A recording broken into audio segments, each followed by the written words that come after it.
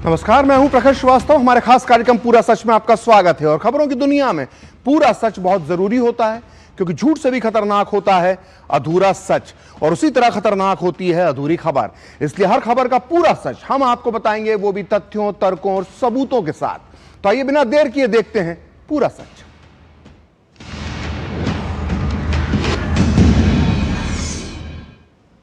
तो भारत के एक पड़ोसी मुल्क में एक क्राउन प्रिंस था, जो न केवल सत्ता का उत्तराधिकारी था, बल्कि वो खुद सत्ता भी चलाता था। लेकिन एक दिन उसके ही मुल्क ने उसे क्राउन प्रिंस की जगह डार्क प्रिंस कहना शुरू कर दिया।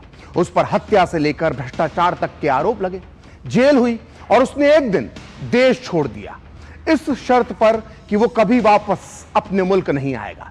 लेकिन किस्मत का खेल भी निराला है। पूरे 17 साल बाद एक दिन बाजी पलटी और वो एक बार फिर जो क्राउन प्रिंस था, वो क्राउन प्रिंस बनकर अपने देश में वापस आ गया है। और जिसे कभी डार्क प्रिंस कहा गया था, उसके स्वागत के लिए लाखों लोग सड़कों पर उमड़ आए। हम बात कर रहे हैं बांग्लादेश की, जहां बीएनपी के नेता तारिक रहमान ने 17 साल बाद बांग्लादेश की राजनीति में धमाकेदार एंट्री मारी है। तारिक रहमान को कुछ जानकार बांग्लादेश का अगला प्रधानमंत्री मान रहे हैं। इसलिए आज पूरा सच में हम आपको बताएंगे तारिक रहमान से जुड़ा पूरा सच। हम आपको बताएंगे कि कैसे तारिक रहमान के आने से बदल गया है बांग्लादेश की राजनीति का समीकरण, और साथ ही आपको बताएंगे भारत पर क्या पड़ेगा इसका असर। तो देखते हैं पूरा सच पूरे विस्तार के साथ।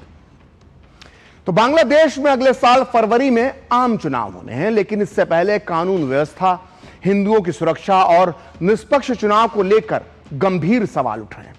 आवामी लीग को चुनाव से बाहर करने का फैसला भी विवादों में है। इन सबके बीच पूर्व प्रधानमंत्री खालिदा जिया के बेटे और बांग्लादेश की प्रमुख राजनीतिक पार्टी बीएनपी के कार्यकारी अध्यक्ष तारिक रहमान 6314 दिन बाद, यानी करीब 17 साल बाद बांग्लादेश लौट आए। तारिक रहमान के स्वागत के लिए बड़ी संख्या में बीएनपी समर्थक सिलट और राजधानी ढाका पहुंचे। तारिक की सुरक्षा के लिए कड़े इंतजाम किए गए थे। हजारों पुलिस वाले और सेना के जवान उनकी सुरक्षा में तैनात दिखे। तारिक रोड शो करते हुए 300 फीट रोड तक पहुंचे और इस दौरान वो बस में शीशे के पास खड़े होकर लोगों का अभिवादन करते हुए नजर आए, जबकि सुरक्षाकर्मी भी काफिले के साथ साथ चलते हुए दिखाई दिए। बांग्लादेश जैसे देश में ऐसी सुरक्षा जरूरी भी है, जबकि कुछ दिन पहले ही छात्र नेता उस्मान हादी की हत्या के बाद देश में कई हिस्सों में हिंसक प्रदर्शन हो चुके हैं। तारिक हवाई अड्डे से 300 फीट रोड तक पहुंचे, जहां उन्होंने जनसभा को संबोधित किया। खास बात यह रही कि तारिक ने 17 मिनट के जो भाषण दिया, उसके दौरान शेख हसीना को लेकर उन्होंने एक भी शब्द नहीं बोला। वो देश में शांति कायम करने और नया बांग्लादेश बनाने जैसे वादे करते हुए नजर आए। उन्होंने यह भी कहा कि बांग्लादेश सभी धर्मों के लोगों का है और समय आ गया है कि सब मिलकर देश का निर्माण करें। समय এসেছে সকলে মিলে দেশ গড়ার। এই দেশে যেমন পাহাড়ের মানুষ আছে, এই দেশে একইভাবে সমতলের মানুষ আছে।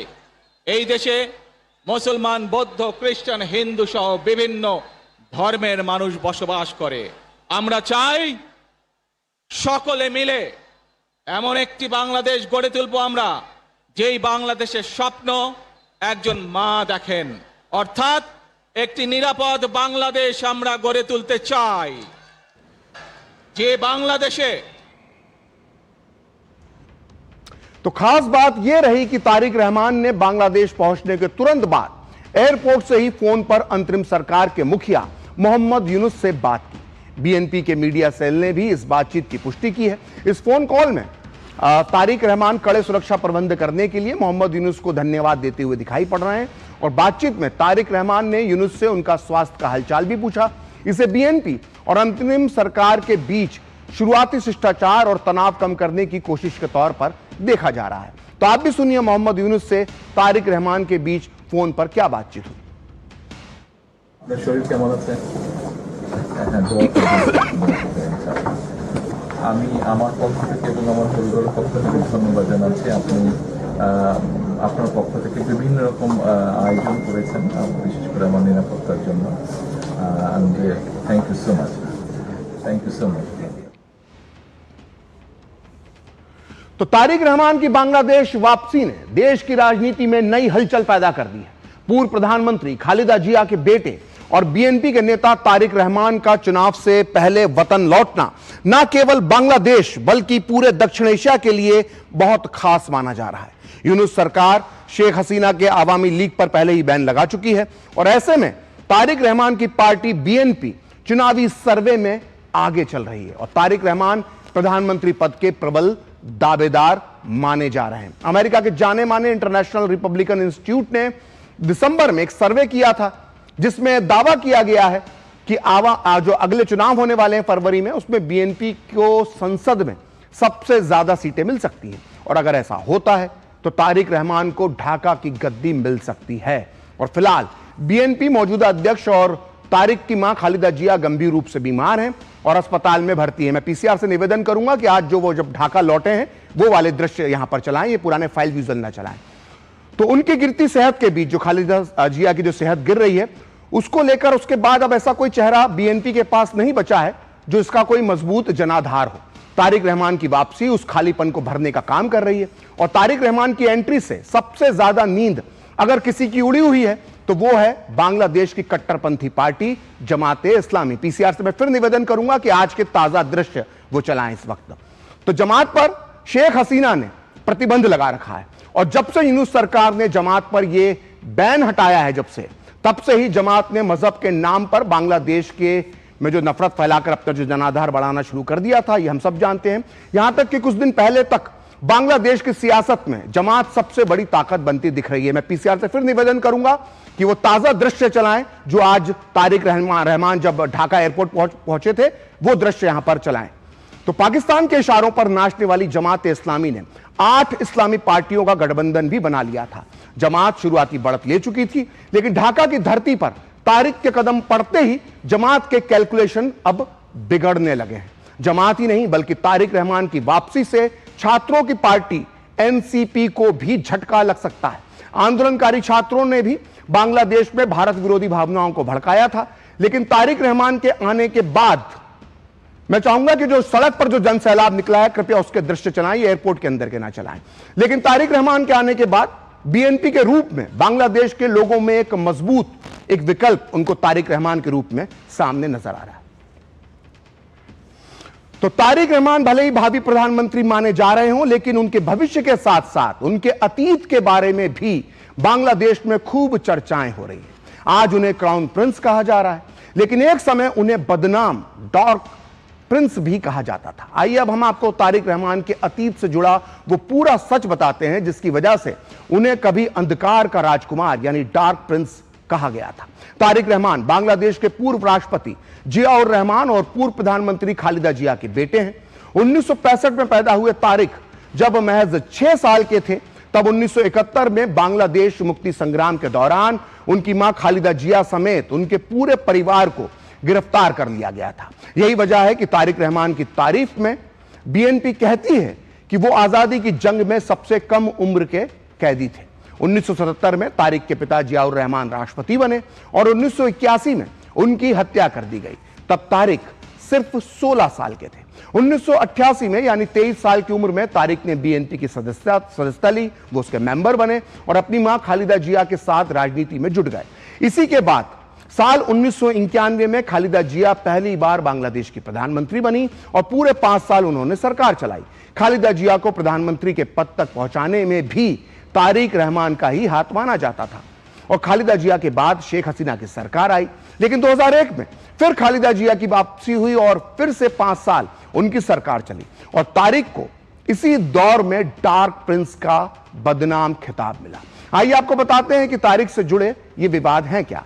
तो जब तारिक की मां खालिदा जिया प्रधानमंत्री थी तब अगस्त 2004 में ढाका में शेख हसीना की रैली में एक ग्रेनेड से अटैक हुआ था, हमला हुआ था। इस हमले में 24 लोगों की जान गई थी और इस हमले में शेख हसीना बाल बाल बच गई थी, तब वो विपक्ष की नेता होती थी। इस हमले में तारिक रहमान का नाम सामने आया था और 2018 में इसी केस में तारिक रहमान को उम्र कैद की सजा सुनाई गई थी। तारिक रहमान पर भ्रष्टाचार के भी कई आरोप हैं। 2006 में खालिदा जिया जब सत्ता से बाहर हो गई तब भ्रष्टाचार विरोधी अभियान के तहत तारिक रहमान को गिरफ्तार किया गया था। हवा भवन करप्शन मामले में तारिक रहमान पर $20 मिलियन की मनी लॉन्ड्रिंग का आरोप लगा, जबकि जिया चैरिटेबल ट्रस्ट जो उन्होंने अपने पिता के नाम पर बनाया था उसमें 2 करोड़ टका के गलत इस्तेमाल का केस भी उन पर चला। उन्होंने पैसों का गलत इस्तेमाल किया था, ऐसे आरोप थे। और 2008 में तारिक रहमान ने अपने इलाज के लिए लंदन जाने की अनुमति मांगी। उस समय वो जेल में बंद थे और तारिक रहमान को लंदन जाने की अनुमति तो मिल गई, लेकिन उन्हें लिखित में शपथ पत्र देना पड़ा कि वो फिर कभी बांग्लादेश की राजनीति में वापस नहीं लौटेंगे। और उसके बाद तारिक पूरे 17 साल तक बांग्लादेश से दूर लंदन में रहे और इन 17 सालों में तारिक रहमान को कई मामलों में अलग अलग सजाएं सुनाई गईं, लेकिन शेख हसीना के तख्ता पलट के बाद तारिक को सभी 84 मामलों में 84 मामले थे उन पर, उन सभी मामलों में बरी कर दिया गया या फिर उनकी जो सजाएं थी उसे माफ कर दिया गया। और हैरानी की बात है कि तारिक रहमान ग्रेनेड अटैक वाले उस मामले में जिसमें 24 लोग मारे गए थे उससे भी बरी हो गए, जिसमें उन्हें उम्र कैद की सजा मिली थी। और तारिक रहमान की वापसी पर भारत पूरी तरह से नजर बनाकर रख रहा है। इसकी वजह यह है कि उनकी पार्टी बीएनपी के साथ भारत के रिश्ते हमेशा उतार चढ़ाव के रहे हैं। बीएनपी को एक दौर में कट्टर भारत विरोधी पार्टी माना जाता था, लेकिन शेख हसीना के तख्तापलट के बाद इन रिश्तों में काफी हद तक सुधार हुआ है। आपको बता दें कि इसी महीने 1 दिसंबर को पीएम नरेंद्र मोदी ने गंभीर रूप से बीमार खालिदा जिया के स्वास्थ्य पर चिंता जाहिर की थी और भारत के समर्थन की पेशकश की थी। जवाब में बीएनपी ने भी ईमानदारी से आभार जताया और हाल में तारिक अनवर ही नहीं बल्कि बीएनपी के जो दूसरे वरिष्ठ नेता हैं मीर जफर और सलाउद्दीन अहमद ने भी भारत विरोधी बयान नहीं दिया है। अभी तक तो बचकर चल रहे हैं वो लोग, लेकिन 2001 से 2006 के बीच जब बीएनपी की सत्ता थी, जब खालिदा जिया प्रधानमंत्री होती थी, तो उसका भारत विरोधी रुख पूरी दुनिया को मालूम था। इन 5 वर्षों को भारत बांग्लादेश संबंधों का सबसे खराब दौर कहा जा सकता है।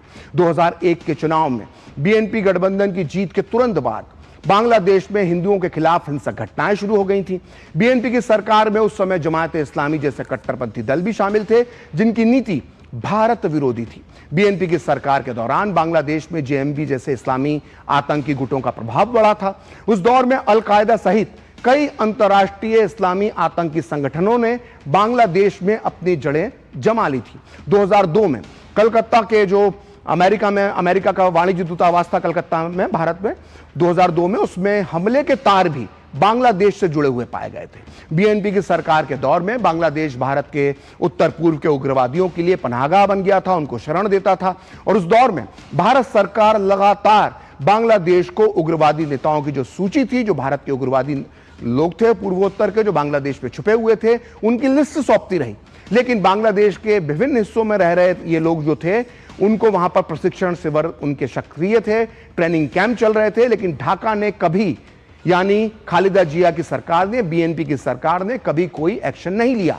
और भारत ने फरवरी 2005 के ढाका सार्क शिखर सम्मेलन में इसलिए भाग नहीं लिया क्योंकि बीएनपी सरकार के दौरान बांग्लादेश को भारत विरोधी आतंकवाद और शत्रुतापूर्ण नीति का सुरक्षित ठिकाना माना जा रहा था। और इतना ही नहीं, अप्रैल 2001 में भारत और बांग्लादेश के सुरक्षा बलों के बीच झड़पें भी हुई जिसमें बीएसएफ के 16 जवान भी शहीद हुए थे। इसके अलावा बीएनपी सरकार के दौरान दोनों देशों के बीच पानी का बंटवारा, अवैध घुसपैठ और सीमा विवाद को लेकर भी तनाव रहा। तो आप भी सुनिए विदेश मामलों के जानकार रोबिंदर सचदेवा का तारिक रहमान की बांग्लादेश की वापसी और भारत के साथ बीएनपी के संबंधों पर क्या कहना है। तारिक जो बीएनपी के एक्टिंग चेयरमैन, वर्किंग चेयरमैन है, उसकी वापसी खालिदा जिया का बेटा, इसकी रिटर्न से मेरे ख्याल से अगर ये सत्ता में आता है या इनकी पार्टी डोमिनेट करके आती है, कुछ बेहतर इंपैक्ट होगा भारत बांग्लादेश रिश्तों में, क्योंकि ये थोड़ी मेरे ख्याल से मैच्योरिटी से काम करेगा, थोड़ा स्टेट्समैन लाइक रहेगा। और इन एनी केस कोई भी बांग्लादेश की सरकार आएगी उसको इंडिया के साथ वर्किंग रिलेशनशिप रखनी पड़ेगी। तो लंबे निर्वासन के बाद बीएनपी के कार्यकारी अध्यक्ष तारिक रहमान की वापसी से बांग्लादेश में सियासी घमासान तेज हो गया है। तारिक रहमान की वापसी को लेकर शेख हसीना की अगुवाई वाली आवामी लीग ने गंभीर आरोप लगाए हैं। आवामी लीग के छात्र संगठन ने इसे एक तरफा चुनाव कराने की बैकडोर डील बताया है। बांग्लादेश छात्र लीग के अध्यक्ष सद्दाम हुसैन ने कहा कि तारिक रहमान की घर वापसी से देश में स्थिरता नहीं आएगी, बल्कि राजनीतिक ध्रुवीकरण और भी बढ़ेगा। उनका दावा है कि यह पूरा घटनाक्रम अवैध सरकार और बीएनपी जमात गठबंधन के बीच एक समझौते का नतीजा है, जिसका मकसद चुनाव को पहले से तय नतीजों की तरफ ले जाना है। आवामी लीग के छात्र संगठन का कहना है कि जब पहले बीएनपी की सरकार थी और तारिक रहमान सक्रिय थे तो कट्टरपंथियों को सत्ता का जो है वो पनाह हासिल थी, कानून व्यवस्था की हालत खराब थी और अल्पसंख्यकों पर, खासकर हिंदुओं पर हमले हुए थे। इतना ही नहीं, बांग्लादेश की छवि भ्रष्टाचार से जुड़ी और आम लोगों में असुरक्षा बढ़ी है। ऐसे में उनकी वापसी से वही हालात दोहराने की आशंका जताई जा रही है। आप भी सुनिए छात्र लीग के अध्यक्ष सद्दाम हुसैन ने क्या कहा। Bangladesh is in a constitutional and security crisis right now. And what needed most in Bangladesh, establishing a neutral government and having a free, fair, and inclusive election. There is also rising extremism. So the returning of the BNP acting vice chairman will not solve the problem of Bangladesh actually. Ultimately, it will facilitate the one-sided election. It will establish the fascist politics continuation. So it is actually a backdoor deal between the illegal government and BNP Jamaat alliance to facilitate the one-sided election. And the question of democracy will be out of syllabus again. And there is also, there is a shadow of his past because when he was in the country, there was rising extremism with the support of the government actually.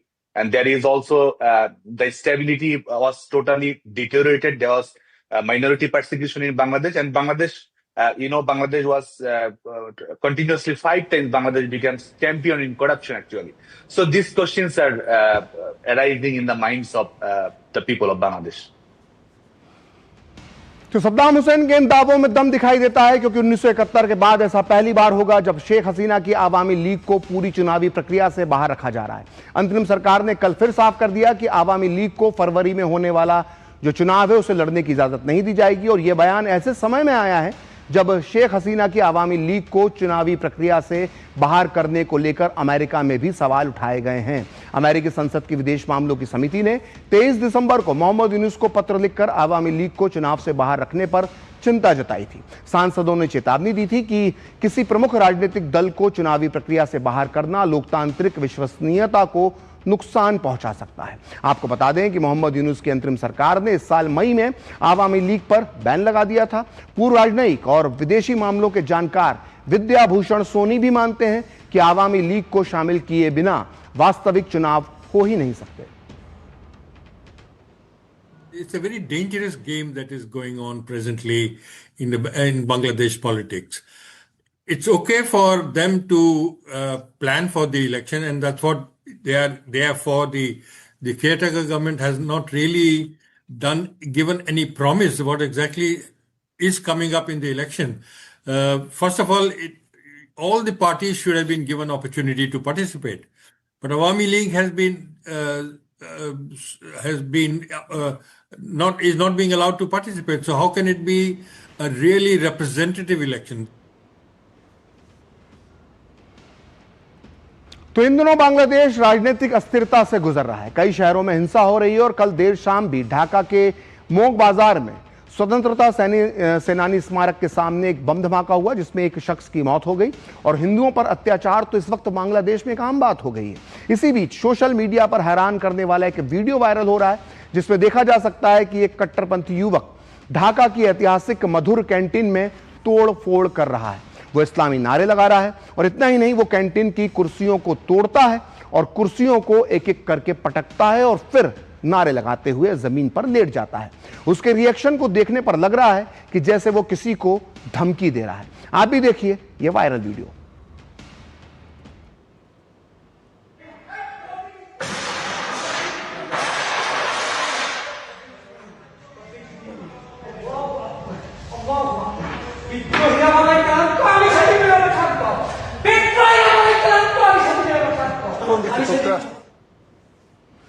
तो इन सब के बीच ये मुल्क हिंदुओं के लिए जीवित नर्क बन चुका है। पिछले 1.5 साल में आए दिन हिंदुओं के खिलाफ नफरत भरी हिंसा हो रही है और बांग्लादेश में हिंदुओं पर अत्याचार अब छुपा हुआ नहीं बल्कि खुला, निर्लज्ज और अमिट सच बन चुका है। बांग्लादेश में जारी अशांति के बीच हिंदुओं पर हिंसा की एक और खबर सामने आई है। बांग्लादेश में एक बार फिर भीड़ ने हिंदू युवक अमृत मंडल उर्फ सम्राट को पीट पीट कर मार डाला है। यह घटना बुधवार रात की है और यह राजवाड़ी जिले के हुसैन डांगा गांव की में यह घटना हुई है और हिंदू युवक पर जबरन वसूली का आरोप लगाया गया जो झूठा था और कट्टरपंथियों की भीड़ ने इसी झूठे आरोप को आधार बनाकर इस घटना को अंजाम दिया। अगर हम पिछले कुछ 3 दिनों की बात करें तो यह चौथी घटना है जिसमें मजहबी भीड़ ने हिंदुओं पर अत्याचार किया है। चटगांव में हिंदुओं के घरों में आग लगाने से पहले आपको याद होगा कि मेमन सिंह जिला जो वहां का है बांग्लादेश का, वहां पर हिंदू दलित युवा दीपू दास की अंधी मजहबी भीड़ ने न केवल हत्या कर दी बल्कि उसके शव को भरे चौराहे पर आग के हवाले कर दिया था। दीपू दास का शव जब धू-धू करके जल रहा था तो उन्मादी भीड़ मजहबी नारे लगा रही थी। वहीं खुलना में भी एक हिंदू रिक्शा चालक गोविंद विश्वास के साथ मारपीट की गई। गोविंद का गुनाह सिर्फ इतना था कि उसने अपनी कलाई पर लाल कलावा यानी हिंदुओं का पवित्र धागा पहनने का अपराध किया था। उसके हाथ में कलावा देखते ही मजहबी भीड़ भड़क गई और उस पर हमला कर दिया गया। इस घटना का वीडियो सोशल मीडिया पर बहुत तेजी से वायरल हो रहा है और वीडियो में गोविंद को गिड़गिड़ाते हुए देखा जा सकता है। अब मामले को दबाने के लिए इलाके की पुलिस गोविंद पर भारतीय जासूस होने के आरोप लगा रही है। वहीं चटगांव में हिंदुओं के एक पूरे गांव को आग लगा दी गई जिसमें कई घर जो हिंदुओं के थे वो जलकर राख हो गए। तो पूरा सच में वक्त है एक ब्रेक का और ब्रेक के बाद बताएंगे मिथुन चक्रवर्ती ने क्यों कहा बंगाल को बांग्लादेश नहीं बनने देंगे।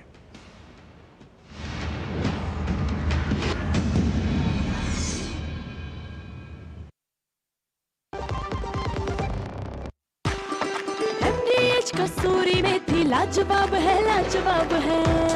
स्वाद और सुगंध इसकी लाजवाब है, लाजवाब है। अगर MDH कसूरी मेथी नहीं डाला तो खाली हाथ मलते रह जाओगे। एक एक पत्ता हाथ से चुना, स्वाद और सुगंध जगाए कई गुना। MDH बढ़ता है, खेलता है, झूलता उछलता है, दौड़ता कभी कभी दौड़ कराता है, आगे आगे बढ़ता है इंडिया, अमूल दूध पीता है इंडिया। ओ हरी भैया, अरे वाह, खेतों में कौन सी फसल लगाए हो? 12 महीने कमा कर दे ऐसी फसल। क्या? मैंने नया व्यवसाय शुरू किया है। उसके लिए पैसे? इसमें किसी निवेश की जरूरत ही नहीं। अच्छा मुखिया जी। अरे मुखिया जी नमस्ते। अरे हरी, कब आ रहे हो? आप बस चलिए, मैं पहुंचता हूं। अब मैं LIC एजेंट हूं। LIC एजेंट बनो, अब बड़ा सोचो। हमारी वेबसाइट पर जाएं या अपनी नजदीकी LIC शाखा से संपर्क करें। जब धरती चीर कर निकलता है लोहे का पत्थर और मिलता है मोंगिया के जोश से, फिर तपता है, पिघलता है और बनता है फौलाद। अब होता है सरिया सारी खूबियों के साथ। मोंगिया स्टील, मजबूत देश का मजबूत सरिया। गोल्डी छोले मसाले, जहाँ जाए रिश्ते बनाए। गोल्डी लाए हैं फ्रेश लॉक टेक्नोलॉजी जो रखे मसालों को हर समय फ्रेश।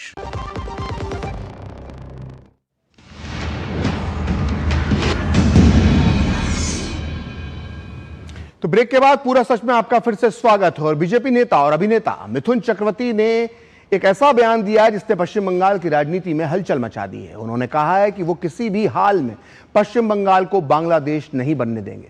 आप भी सुनिए उन्होंने क्या कहा।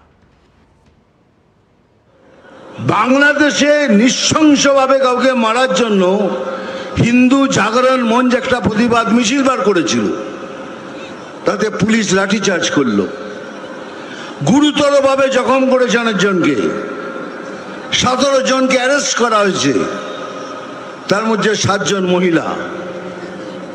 ভাবতে পারছেন বাংলাদেশে হয়েছে, প্রতিবাদ করছি এখানে সেটাও করতে পারবেন না। আমরা যেভাবেই হোক এই পশ্চিম বাংলাকে ওয়েস্ট বাংলাদেশ করে ছাড়বো।